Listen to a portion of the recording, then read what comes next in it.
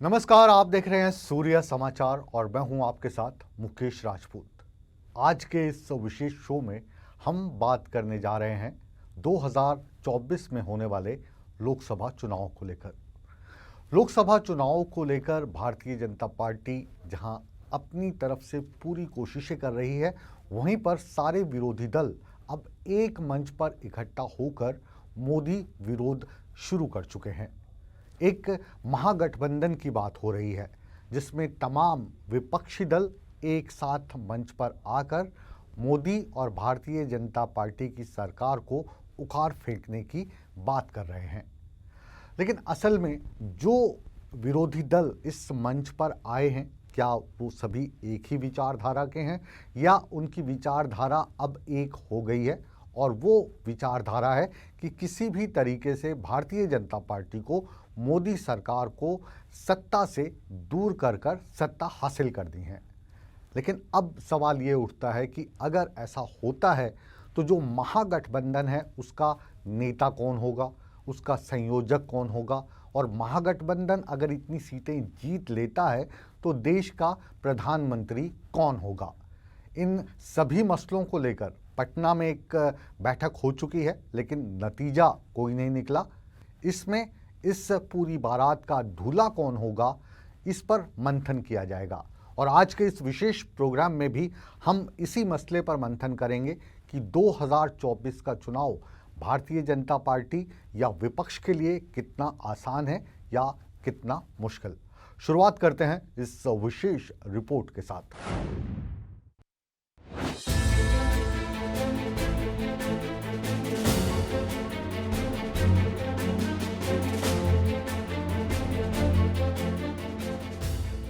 बिहार के पटना में ऐसी सियासी पटकथा लिखी गई है जिसकी चर्चा देश ही नहीं दुनिया में भी हो रही है। पहले इस पटकथा के पहले पन्ने की कहानी सुनाते हैं, फिर परत दर परत अब तक की पूरी पिक्चर भी दिखाएंगे। दरअसल एक कार्यक्रम के दौरान बिहार के मुख्यमंत्री नीतीश कुमार ने बीजेपी को हराने के लिए विपक्ष से एकजुट होने की वकालत कर दी, तो कांग्रेस नेता सलमान खुर्शीद ने इजहार इश्क की नसीहत दे डाली। मुझे समझ है अपनी पार्टी में जो आप चाहते हैं वही वहां भी सब लोग चाहते हैं, लेकिन कभी कभी प्यार में एक समस्या होती है।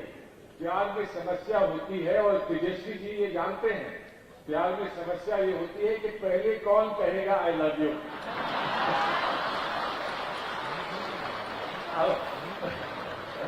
उसमें कभी कभी अनुभव काम कर देता है और कभी जो अनुभवी नहीं होते हैं वो उसमें कामयाब हो जाते हैं। इसलिए कि अनुभवी बहुत सोचता है और जो नए लोग होते हैं वो अपनी दिल की बात अपने मुंह पर ले आते हैं। फिर क्या था, नीतीश कुमार निकल पड़े सियासी आई लव यू बोलने। सियासी इश्क के इजहार के लिए नीतीश कुमार कभी दिल्ली गए, कभी मुंबई गए, कभी लखनऊ तो कभी कोलकाता। उत्तर तो उत्तर, दक्षिण में भी नीतीश बाबू लव लेटर लेकर पहुंचे और बोले, तुम भी मोदी से परेशान, हम भी मोदी से परेशान, आओ ये मिलन की मधुरिम बेला है। अब नहीं मिले तो सियासत की सरजमी पर कहां मिल जाएंगे, इसका अंदाजा लगाना मुश्किल है। इजहार का दौर शुरू हुआ तो किसी ने इकरार किया और किसी ने इनकार। महीनों की मेहनत के बाद कई दलों की दूरियां घटी और फिर बिहार के पटना में पहली बैठक मुकर्रर की गई। बैठक में 15 दलों के अहम नेता पहुंचे, कई मुख्यमंत्री और कई पूर्व मुख्यमंत्री। बैठक के बाद साझा प्रेस कॉन्फ्रेंस हुई तो सभी एक सुर में नजर आए। मैंने मीटिंग में भी कहा, यह विचारधारा की लड़ाई है और इसमें हम सब एक साथ खड़े हैं। हम में जरूर थोड़ी डिफरेंसेस होंगी, मगर हमने ये निर्णय लिया है कि हम एक साथ काम करेंगे, फ्लेक्सिबिलिटी के साथ काम करेंगे और जो हमारी विचारधारा है जिसको हम शेयर करते हैं उसकी हम रक्षा करेंगे। जैसे खारगे जी ने कहा, नीतीश जी ने कहा, कुछ ही समय में अगली मीटिंग होगी और ये जो आज हमने बातचीत की उसको हम थोड़ा और गहराई में ले जाएंगे। मगर ये एक प्रोसेस है, ऑपोजिशन यूनिटी की एक प्रोसेस है और ये अब बहुत गहरी तरीके से आगे बढ़ने जा रही है। अभी जो भी शासन में है वो देश के हित में काम नहीं कर रहे हैं और सारे इतिहास को बदल रहे हैं। आजादी की लड़ाई को भी भुलवा देंगे। तो एक एक चीज जो काम हो रहा है उस सबको लेकर के सबकी चिंता है, इसलिए सब लोग एकजुट रहेंगे। तो आज बहुत अच्छे ढंग से बातचीत हो गई है और हर चीज के बारे में, कोई भी किसी राज्य के बारे में भी, वहां की सरकार के बारे में कोई एक चुनौती आती है तो सब लोग एक साथ कहे कि नहीं साहब सब लोग रहेंगे। हम सब लोग मिलकर के काम करेंगे, मिलकर के, और देश को बचाने का, देश की जनता को, और देश कैसे आगे बढ़े उस दिशा में लगातार हम लोग मिलकर के काम करेंगे। पटना की बैठक में कोई एजेंडा तो तय नहीं हो पाया। हाँ, अगर कुछ हुआ तो वो ये था कि मोदी के विरोध में सभी नेताओं के सुर एक जैसे थे। किसी ने केंद्र सरकार पर तानाशाही का इल्जाम लगाया तो किसी ने संविधान को खत्म करने का। एक चीज हुआ, पटना में मीटिंग मैंने बोला था इसी के लिए नीतीश जी को कि पटना से जो शुरू होता है उसका एक जन आंदोलन रूप होता है और बहुत सारे आंदोलन पटना से शुरू हुआ। पहले आप लोगों को मालूम है, हम कहने नहीं चाहती हूँ। इसी के लिए मैं कहा था दिल्ली में हम लोग बहुत सारे मीटिंग किया लेकिन कोई फ्रूटफुल रिजल्ट नहीं निकाला। अब पटना से शुरू करो। पटना से शुरुआत हुआ है, मीटिंग अच्छा हुआ है। 3 चीज नजदीक में है जो रिजॉल्व हुआ है। नंबर 1, वी आर यूनाइटेड, हम लोग एक है। दूसरी बात है, वी विल फाइट यूनाइटेडली, ये दूसरी बात है, हम लोग एक साथ में लड़ेंगे। तीसरी बात ये हुआ है कि हमारा लड़ाई, हमको अपोजिशन मत बोलो, हम लोग भी देश का सिटीजन है। हम ये तय किया है कि वहाँ पर बैठकर एक एजेंडा बनाए और उसमें किन किन चीज़ों के ऊपर हम निर्णय ले सकते हैं और आगे किस ढंग से बढ़ना चाहिए। और हर राज्य में तो अलग अलग ढंग से हमको काम करना पड़ेगा, एक ही बात हर जगह नहीं चलती। तो उसके लिए भी हम ये करेंगे कि तय करेंगे कि तमिलनाडु में स्ट्रेटजी क्या होना चाहिए, यूपी में क्या होना, बिहार में क्या होना, कश्मीर में क्या होना, ऐसा हर जगह, महाराष्ट्र में क्या, ये ऐसा सभी स्ट्रेटजी करके एक निर्णय लेंगे। और आगे भी फिर इस यूनिटी को बढ़ाने के लिए हम लोग पूरे काम करेंगे। एक होकर, एकजुट होकर 2024 की लड़ाई हमको लड़ना है और बीजेपी को सत्ता से बाहर करने का हम एक तय किए हैं। आखिरकार क्या वजह है कि 5 साल हो गए जम्मू कश्मीर में प्रेसिडेंट्स रूल के होते हुए। इससे पहले इतना लंबा अरसा सेंट्रल रूल का 1990s में रहा, जबकि हालात बहुत ही ज्यादा खराब थे। मैं तहे दिल शुक्रगुजार हूं अपने तमाम यहां पे जो सियासी साथियां हैं, इनका एक आवाज में इन्होंने जम्मू कश्मीर के साथ अपनी आवाज मिलाई।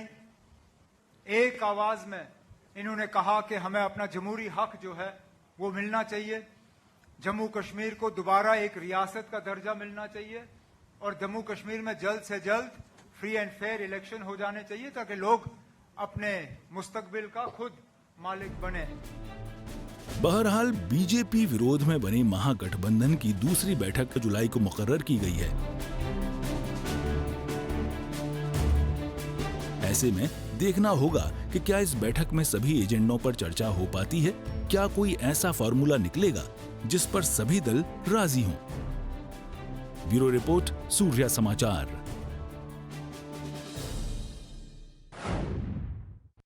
तो पटना की इस पहली बैठक में सभी राजनीतिक दल, या यूं कहिए कि मुख्य विपक्षी पार्टियों के तमाम बड़े दल एक साथ दिखाई दिए। हालांकि एनडीए के कुछ ग्रुप थे जो इस बैठक में भी दिखाई नहीं दिए। अब बात यह है कि ये सभी लोग क्या एक राय बना पाएंगे कि इस ग्रुप को लीड कौन करेगा, इसका संयोजक कौन होगा। इस मंथन के बाद क्या ये फैसला हो पाएगा कि अगर ये महागठबंधन चुनाव जीतता है तो प्रधानमंत्री कौन होगा, और जो इनकी आपसी खींचतान है उससे ये कैसे निपटेंगे। तो इस विषय को लेकर जैसा हमने बताया अब एक मंथन होगा, और इस मंथन के बाद क्या जो महागठबंधन है ये एक मंच पर आकर एक सुर में सुर मिला पाएंगे, जिस तरीके से ये पटना में मिला रहे थे, ये देखना भी बाकी है।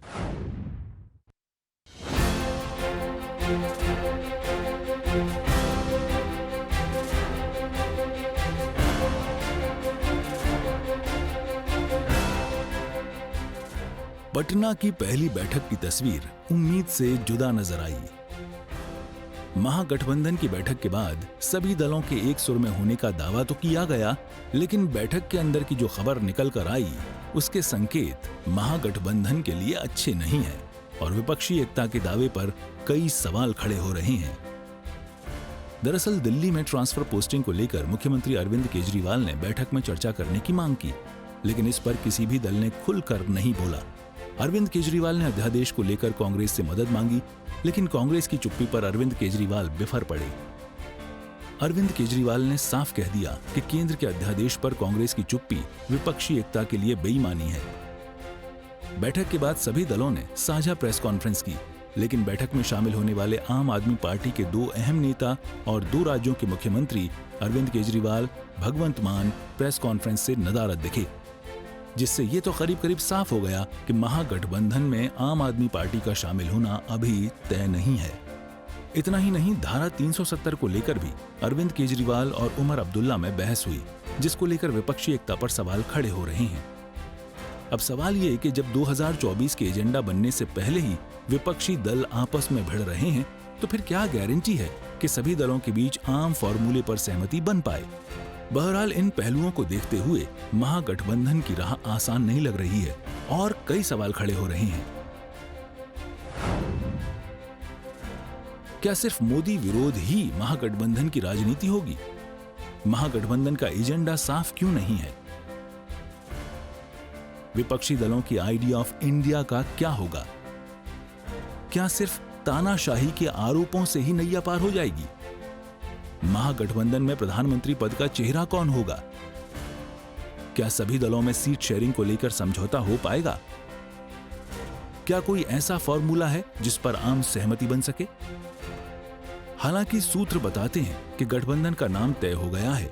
गठबंधन का नाम पैट्रियोटिक डेमोक्रेटिक अलायंस रखा गया है और शिमला की बैठक में महागठबंधन के नाम का आधिकारिक ऐलान किया जा सकता है। ब्यूरो रिपोर्ट, सूर्य समाचार। महागठबंधन की बारात निकलेगी, लेकिन बारात का दूल्हा कौन होगा ये तय करना अभी बाकी है। हालांकि आरजेडी अध्यक्ष लालू यादव ने इशारा किया है कि इस बारात में अगर दूल्हा राहुल गांधी को बनाया जाए तो बारात की रंगत संवर जाएगी। लेकिन क्या बाकी लोग राहुल गांधी को दूल्हा बनाने पर राजी होंगे? और राजी नहीं होए तो क्या राहुल गांधी जो बाकी विपक्षी दल हैं, जो क्षेत्रीय पार्टियां हैं, वहां पर अपनी कांग्रेस की सीटें छोड़कर उनको जितवाने में मदद करेंगे? तो उन राज्यों में कांग्रेस का रोल क्या रह जाएगा, ये भी एक मंथन का विषय है।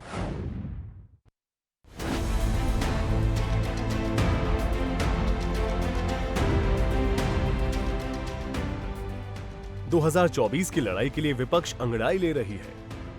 केंद्र की सत्ता का सहरा हासिल करने के लिए विपक्षी दलों की बारात भी सज गई है और पटना में बकायदा पहली रस्म अदायगी भी हो गई है। लेकिन इस बारात का दूल्हा कौन होगा, इस बात की चर्चा दूर दूर तक नहीं हो रही है। सभी दल सोच रहे हैं कि दूल्हे पर बात बिगड़ जाए तो अच्छा है, अभी बात ही ना करो। लेकिन पटना की इसी बैठक में आरजेडी सुप्रीमो लालू यादव ने एक दूल्हे की बात छेड़ दी। इस दूल्हे के बाराती महागठबंधन तो होंगे, लेकिन ये दूल्हा सियासी तौर पर नहीं बल्कि जिंदगी के असली रस्मों रिवाज का हिस्सा है। दरअसल बैठक के बाद जो प्रेस कॉन्फ्रेंस हुई उसमें लालू प्रसाद यादव ने राहुल गांधी की शादी की बात छेड़ दी। और कह दिया बारात तैयार है, बस शादी कर लो। हम लोग का सलाह माने नहीं, बियाह नहीं किया, शादी कर लेना चाहिए था। और अभी भी समय गया, बीता नहीं है, शादी करिए और हम लोग बाराती चले। ये बेशक लालू यादव का चिर परिचित अंदाज रहा हो, ये बेशक लालू यादव का मजाकिया लहजा रहा हो, लेकिन जब देश बदलने का दंभ भरने वाली बैठक में ऐसी शिगुफे छेड़े जाएंगे तो सियासत की संगीनियत पर सवाल होंगे ही। और कुछ ऐसे ही सवाल बीजेपी खड़े कर रही है। बीजेपी नेता और केंद्र में मंत्री अनुराग ठाकुर ने न सिर्फ महागठबंधन पर हमला बोला, बल्कि नियत पर सवाल भी खड़े किए। महागठबंधन की यह हालत है कि एक सुर में वो बोल नहीं पाए। अगले दिन ही ममता बनर्जी जी ने जाके कांग्रेस के खिलाफ जो आग बबूली हुई है, केजरीवाल जी उसी दिन कांग्रेस के खिलाफ बोले, कांग्रेस वाले आम आदमी पार्टी के खिलाफ बोले।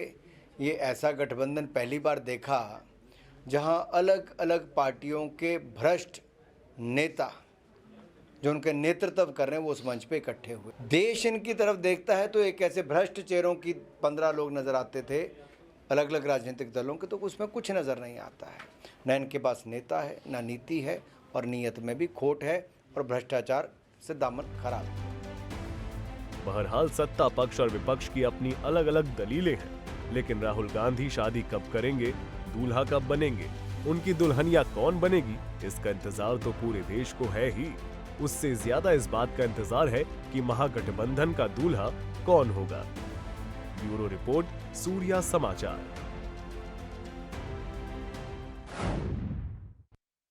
महागठबंधन को लेकर तमाम विपक्ष इस वक्त एकजुट होता दिखाई दे रहा है, लेकिन भारतीय जनता पार्टी का कहना और सोचना इससे थोड़ा अलग है।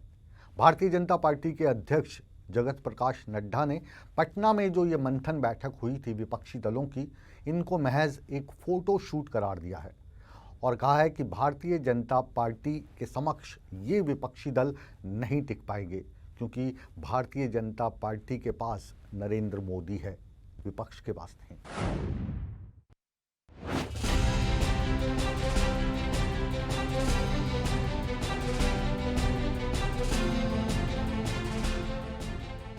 2024 के सियासी संग्राम के लिए एक तरफ जहां महागठबंधन बन रहा है, महागठबंधन के एजेंडे तय हो रहे हैं, तो वहीं दूसरी तरफ सियासी पारा भी चरम पर है।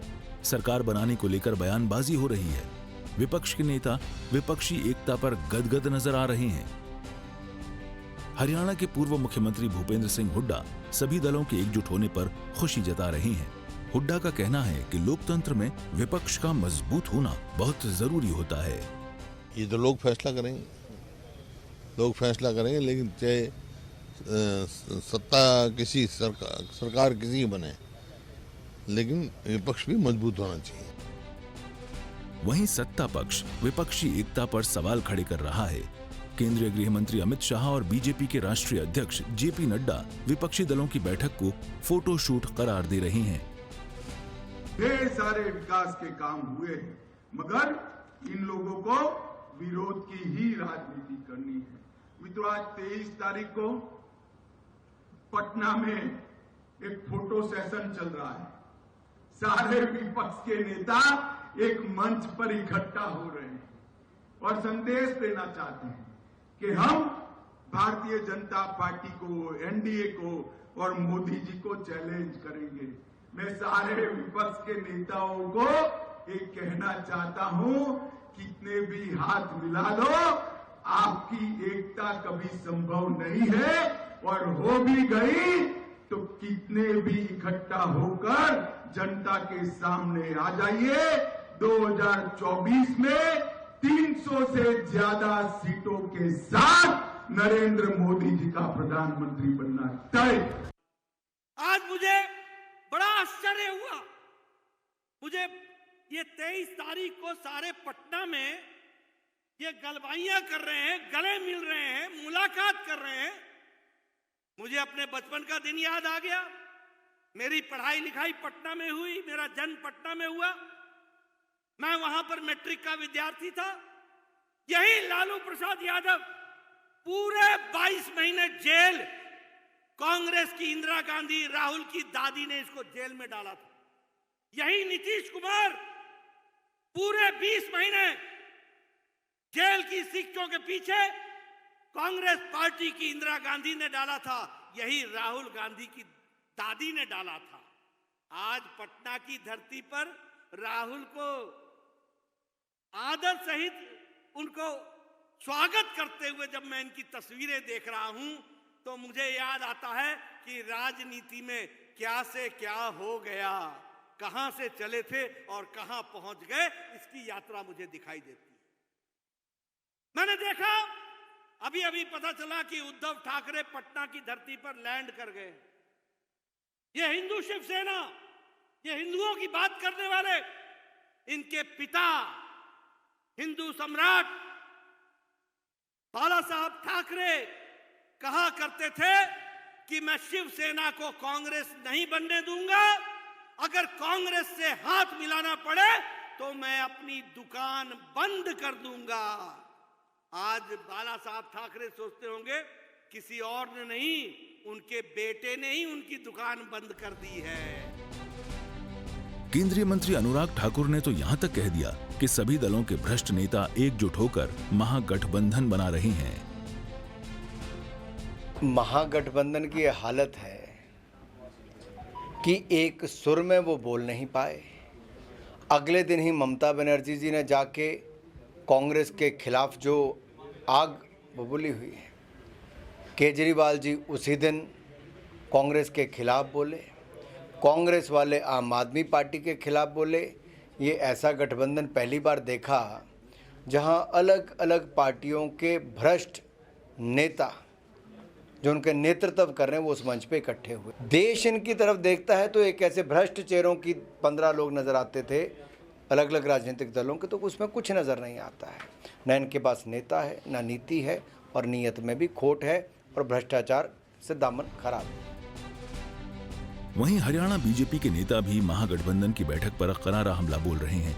इनका कहना है कि कई पार्टियां गलतफहमी का शिकार हैं और इस महागठबंधन का कोई आधार नहीं है। कुछ पार्टियों को गलतफहमी है कि उन सब के वोट मिलकर के ज़्यादा हो जाएंगे, ऐसा नहीं होता है। जनता फैसला करती है कि किस पार्टी को कौन सी नीतियों को अपना समर्थन देना है। और आज नरेंद्र मोदी जी जो हमारे प्रधानमंत्री हैं, जो देश का मान सम्मान बढ़ाया है, दुनिया के अंदर जो हमारे नेतृत्व की साख बढ़ी है, भारत का रुतबा बढ़ा है, उसको देखते हुए मुझे पूरा भरोसा है भारत की जनता तीसरी बार भी उनको आशीर्वाद देगी। नहीं, देखिए, महागठबंधन का मुझे कोई आधार नजर नहीं आता। महागठबंधन तब सफल होता है अगर कोई बड़ी पार्टी, बड़ी अनुशासित पार्टी होगी, इकट्ठी पार्टी होगी, तब उसके साथ कुछ दूसरी पार्टियां मिलके, मैं समझता हूँ उनका कुछ विषय है।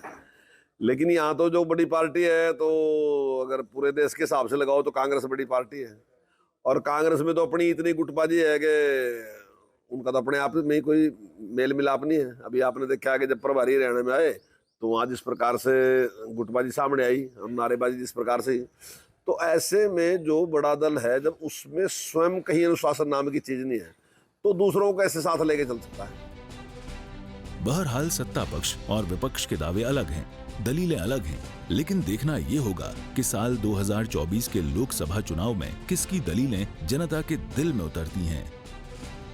ब्यूरो रिपोर्ट, सूर्य समाचार।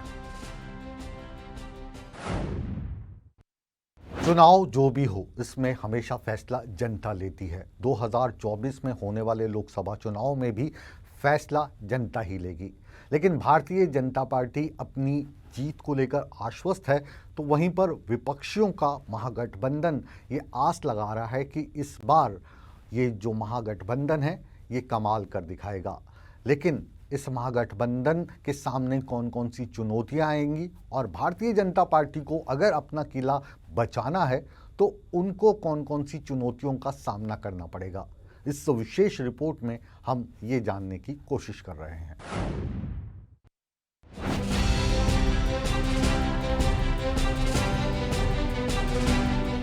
मिशन 2024 के लिए सभी राजनीतिक पार्टियों ने अपने अपने स्तर पर तैयारियां करनी शुरू कर दी हैं।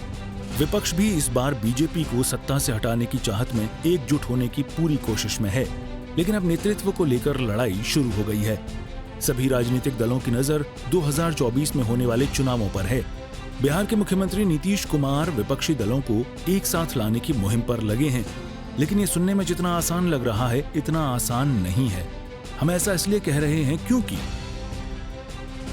दिल्ली में अध्यादेश पर केजरीवाल अलग नजर आ रहे हैं। पश्चिम बंगाल कांग्रेस और टीएमसी एक दूसरे पर हमलावर। दोनों एक दूसरे पर पंचायत चुनाव में नामांकन को लेकर हिंसा का आरोप लगा रहे हैं। टीएमसी और सीपीएम एक दूसरे पर हमलावर हैं। पंजाब में भी आम आदमी पार्टी और कांग्रेस आमने सामने हैं। केरल में लेफ्ट बनाम कांग्रेस चल रहा है। मुझे तो नहीं लगता फर्क पड़ेगा। महागठबंधन अभी 1 साल पहले हो रहा है, अभी 1 साल होने दीजिए। मध्य प्रदेश, छत्तीसगढ़, राजस्थान के चुनाव होने चाहिए, चुनाव होने जा रहे हैं, तब देखिए क्या फिजा बनती है। अगर सपोज कांग्रेस आ गई 3 राज्यों में वापस, तो कांग्रेस का वर्चस्व होगा। क्या उस वर्चस्व को दूसरी विरोधी पार्टी मानेगी? कतई नहीं मानेगी। ममता ही नहीं मानेगी, केजरीवाल नहीं मानेंगे, केसीआर नहीं मानेंगे, इवन बिहार के चीफ मिनिस्टर नहीं मानेंगे। कहाँ से गठबंधन होगा? पहले भी कई बार ऐसे गठबंधन हो चुके हैं, आज तक तो कोई गठबंधन सफल नहीं हुआ। चलेगा, साल 6 महीने चलेगा, फिर विपक्ष का लीडर कौन होगा? सबसे ज्यादा लड़ाई झगड़ा तो विपक्ष के लीडर पे ही होगा। कांग्रेस का नेतृत्व तो छोड़ देगी? कतई नहीं छोड़ेगी। क्या कांग्रेस के नेतृत्व तो दूसरों को स्वीकार होगा? कतई स्वीकार नहीं होगा। ये सब टाइम पास गठबंधन की बातें चल रही हैं, चुनाव तक है। जब चुनाव आएंगे एक दूसरे के खिलाफ खड़े हो जाएंगे। अभी आप देख लीजिए, अभी मीटिंग हुई पटना में और आखिरी दिन केजरीवाल ही निकल गए कि अध्यादेश पे आप सब सहमति दें। कैसे होगा? जब एक छोटे से पॉइंट पर सब लोगों की सहमति नहीं हो रही है तो कहाँ से मसौदा तैयार होगा? आप मीटिंगें करते रहिए। अभी शिमला में मीटिंग नहीं है, अभी जयपुर में है या बेंगलोर में मीटिंग करते रहिए, आपस में मिलते रहिए। मुझे नहीं लगता गठबंधन सफल होगा और गठबंधन बनेगा भी। गठबंधन के बारे में सभी विपक्षी दलों की राय एक ही है, लेकिन जब बात इस गठबंधन का नेतृत्व करने की आती है तो तमाम दलों में अनबन की झलक दिखी जाती है। दरअसल हर पार्टी की अपनी अपनी सियासी ख्वाहिशें हैं। जेडीयू नीतीश कुमार को पीएम उम्मीदवार बताती है, वहीं टीएमसी चाहती है कि ममता बनर्जी विपक्ष की कमान संभालें और दिल्ली के सीएम अरविंद केजरीवाल की विपक्ष के नेतृत्व की चाहत किसी से छिपी नहीं है। अब उसके टिकाऊ होने के रास्ते में जाहिर सी बात है कि जो महत्वाकांक्षा है नेताओं की, वो एक बड़ी चुनौती रहेगी। ममता बनर्जी के अपने राजनीति करने का तरीका है, नीतीश कुमार का अपना तरीका है, अरविंद केजरीवाल का अपना तरीका है, तो इस तरह से बहुत सारे, अखिलेश यादव का अपना तरीका है। तो ये सारे लोग आएंगे इकट्ठे और उसमें वो किस तरह से, लेकिन उन सबको भी समझ में आ गया है कि अगर वो नहीं भी इकट्ठे आएंगे तो फिर भी उनके लिए कोई राजनीति में बहुत ज़्यादा विकल्प बचते नहीं। जिस तरह से अगर वो भारतीय जनता पार्टी ने अपना दबदबा कायम किया है, यहाँ तक कि उन राज्यों में भी जहाँ वो पहले नहीं थे, तो और कांग्रेस भी इस बात के लिए लगभग तैयार लगती है। महत्वाकांक्षा कई बार लोग मजाक में कहते हैं कि राहुल गांधी की तो लगती ही नहीं है कोई महत्वाकांक्षा। दूसरा, इसमें भी कोई दो राय नहीं कि अलग अलग नेता हैं, लेकिन इस समय फिलहाल सीनियरिटी के हिसाब से देखा जाए तो नीतीश कुमार जो है वो जरूर अपने लिए कुछ अवसर देख रहे होंगे, एटलीस्ट दावेदारी तो रख ही सकते हैं। और मुख्यमंत्री वैसे भी वो इतना ज़्यादा रह लिए कि शायद बोर भी हो गए होंगे मुख्यमंत्री रह रहे के, तो एक ये भी विषय है जो रह सकता है। अब सबसे बड़ा सवाल यही है कि क्या विपक्ष एक चेहरे पर सहमति बना पाएगी? सवाल ये भी है कि क्या विपक्षी दल अपने आपसी मतभेदों को भुला पाएंगे?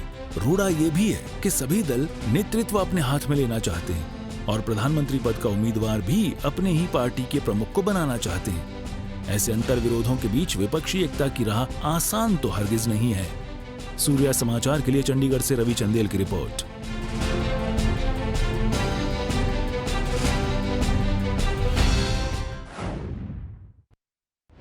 तो 2024 में शय और मात का खेल अब शुरू हो गया है, यानी चुनावी बिगुल बज चुका है।